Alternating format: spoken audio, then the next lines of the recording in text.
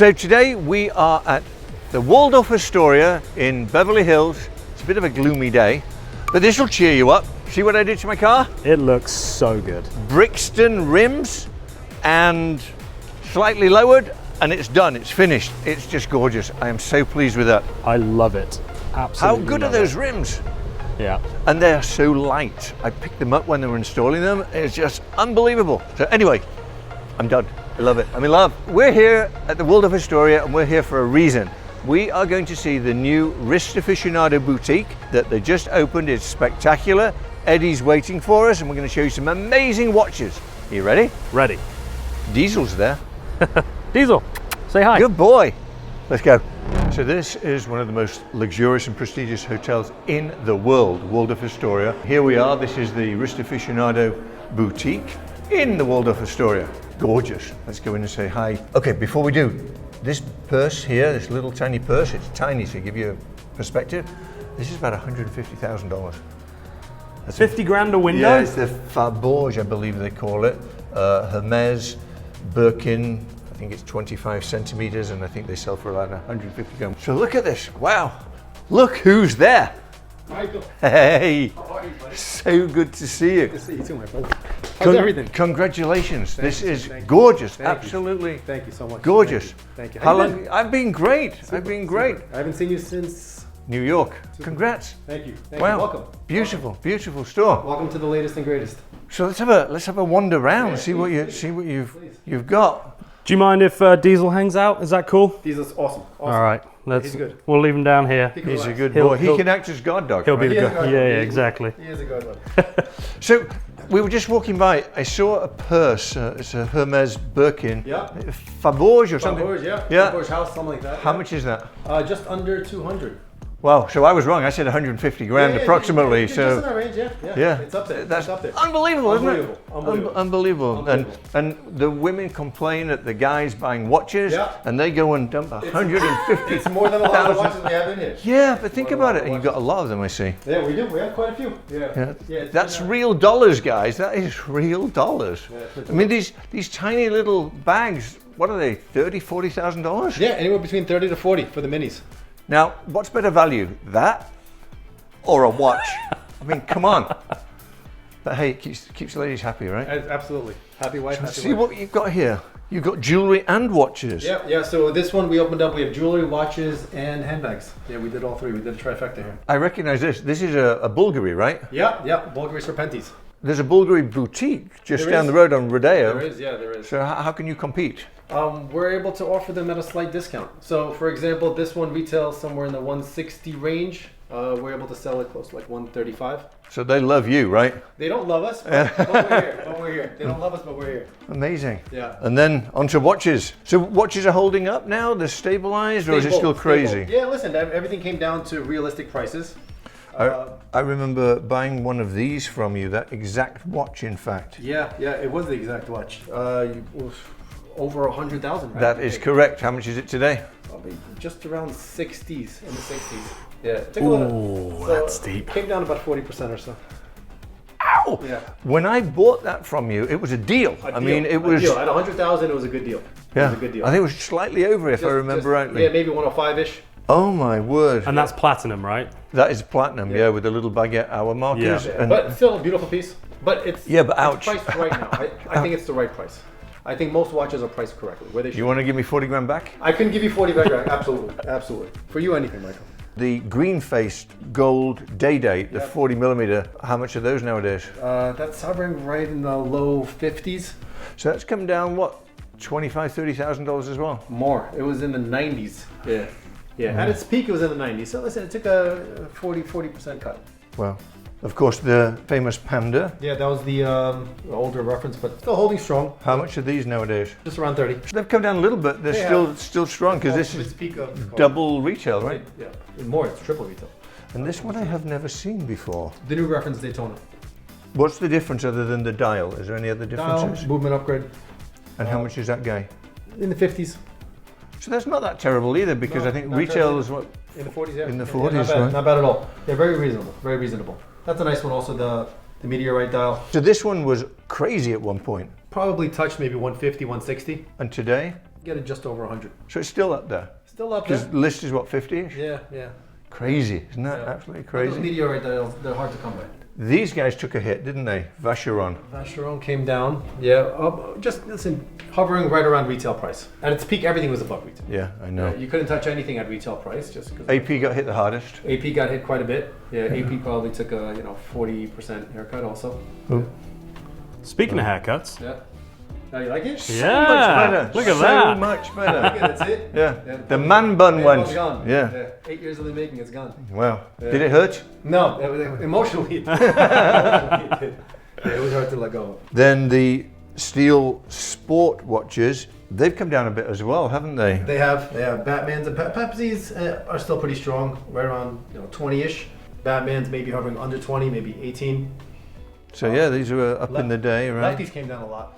Yeah, I mean, who wants that watch? Yeah, it's actually a beautiful watch on. It actually looks very good, but also under 20K. But it's weird. I mean, You have to get used to it. I tried one on. I There's a wore it for learning like curve. There's a learning curve. half an hour, and it was like I can't handle it. But yeah, like you say, it is a learning curve. Again, at its And peak, that was. all of these are brand new. Yep, all new.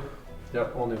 Beautiful, This one's beautiful. pre-owned. This one's a discontinued model. This only one that's. This was also outrageously priced, right? It was it's high, but also settled around 50. But it's a beautiful dial. And what was that at its peak? Not too much higher, maybe 60, 70. Oh, it was? I thought they were a lot more than no, that. not crazy. Not crazy. That's pretty, actually. Yeah, I do like that. This probably cost an absolute fortune. Mid twos. That's a fortune. Yep, a little fortune. I mean, it just tells the time. It has no other function. No other functionality. No. Doesn't even have a second hand. No tourbillon. Just nothing.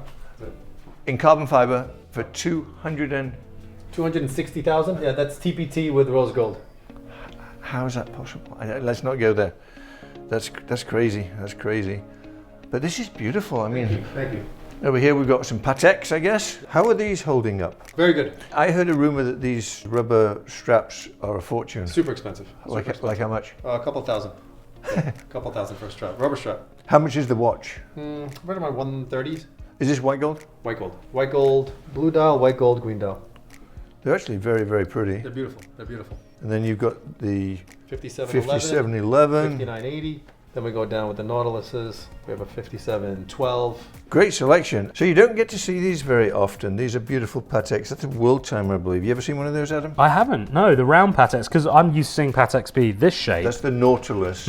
So tell us about this. This is a very rare watch. I don't think I've ever seen one before. It's the world timer, right? Yeah, roll timer in platinum. In platinum. Yeah, you can see the high shine on it. And what does that go for? Right around 160, 170.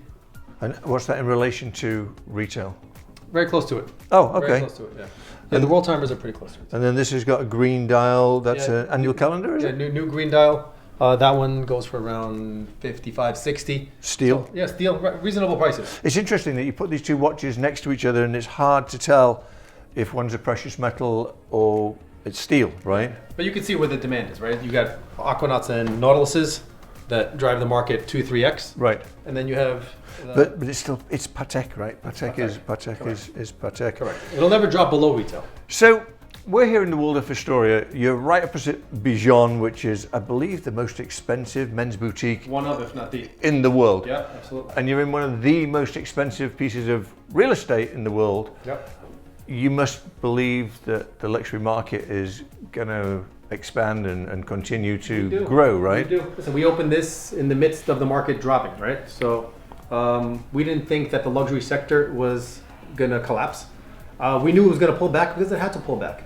Well, yeah, I mean, the prices were stupid. I mean, they were just absolutely It wasn't good for ridiculous. anybody. It wasn't good for us. It wasn't good for the consumer. A lot of people got hurt badly. Sure. A lot of dealers got hurt badly. They bought all the watches at these inflated prices. If you buy high and you don't sell high, then you get How do you deal with that? Do you actually take something you bought to and take a huge loss on it? take losses. Yeah, you And take then losses. just bite the bullet, It's right? the cost of doing business. It's the cost of doing business. It's like having a stock, right? So you look at these bags, for example. Hermès bags, they have been popular for years, yeah, probably 40 years, right? And you could have bought one of these back in the 70s, 80s, and it's worth 3 times what you paid for it back then, as an old bag. Yeah. Right? It's absolutely crazy. But the market's different. The market's different under Hermès. It's one company controlling it. They control supply and demand. So what do you? It's kind of like the Rolex of bags, right? Everybody thinks of Birkin or Kelly. What person comes in and buys this? Is it a lady or is it a guy buying it for his lady? I'd say both. I'd say it's the ladies that want immediate gratification, and they don't want to be limited to 2 bags a year. Right. If you're lucky. If you're lucky, you get 2 bags a year with a certain amount of spend. So a lot of you guys probably don't know this, but if you walk into a Hermès boutique and you want to buy a Birkin bag, it doesn't matter who you are, how much money you've got, you can't buy it. They won't sell it to you. You have to build up a huge history buying, I don't know, all the little bits and bats. Correct. You need the clothing, you need the accessories. You need everything, right? And you build up a repertoire. And then the next thing is you get invited to buy a bag. You don't get to pick the color, you don't pick the style, the size, nothing. And then you say, yes, please, thank you very much. You take it and you don't sell it. You have to keep that bag because they will never offer you another one unless you go back in there showing that you have that bag. Yeah. It's crazy. Yeah, so it's clever. Listen, it's an investment also, right? They raise prices every year.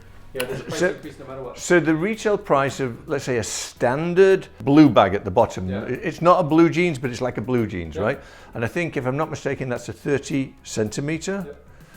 That bag retail, $7,000-8,000. Yep. How much are you selling it for? The one on the bottom is, I think it's 28.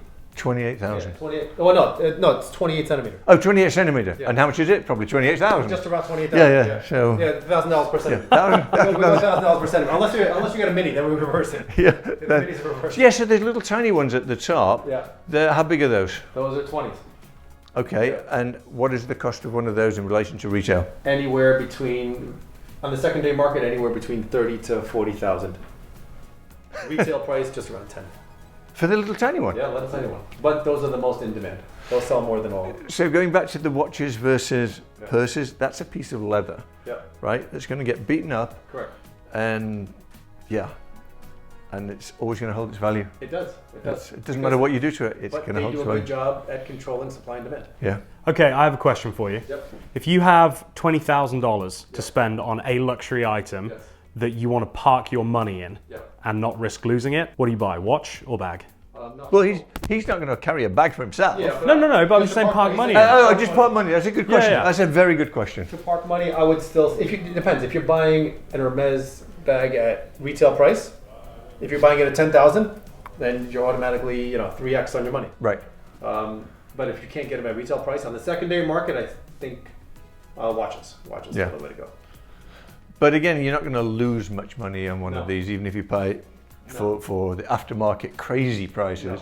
You're not going to lose money. And it's the same as watches. These are impulse buys. Yeah. A lady comes in, she likes the color. I'll take that. Yeah. So a question for you. If people are buying these and then they won't be sold another one unless they can prove they still own the last one they bought retail, how are there so many on your wall right now? Well, that's not always the case. They don't always have to prove. As long as they once you've had the relationship, these bags come from clients that have a relationship already. They have bought many. Many. This isn't their first. This isn't their second. This isn't their fifth. So you won't get blacklisted if you sell and you've got 10 of them? So it's not like Rolex. So if you go into Rolex and AD and you buy a watch and the next thing is on eBay with a serial number showing, they know. They'll run that serial number. They'll know who bought it. And they'll never get another watch. Is that accurate? Accurate. Yeah, so. Accurate. But for these bags, they trade hands. Yeah, they do. But you have to show loyalty to the brand to start with in order to buy more than one. Talking about expensive things, I believe you have some crazy pieces here that you want to show us, right? We do. We have a couple special boxes for you today. Well, I suggest we chop this video because it's running quite long at this point. Yeah, sure. And we'll shoot a whole new video on the mega watches. Done. Sound like a plan? Done. Guys, you know what to do. Hit the like button. You should have already hit it. Please hit the like button. Hit the subscribe button, please. We're in it to win it. See ya.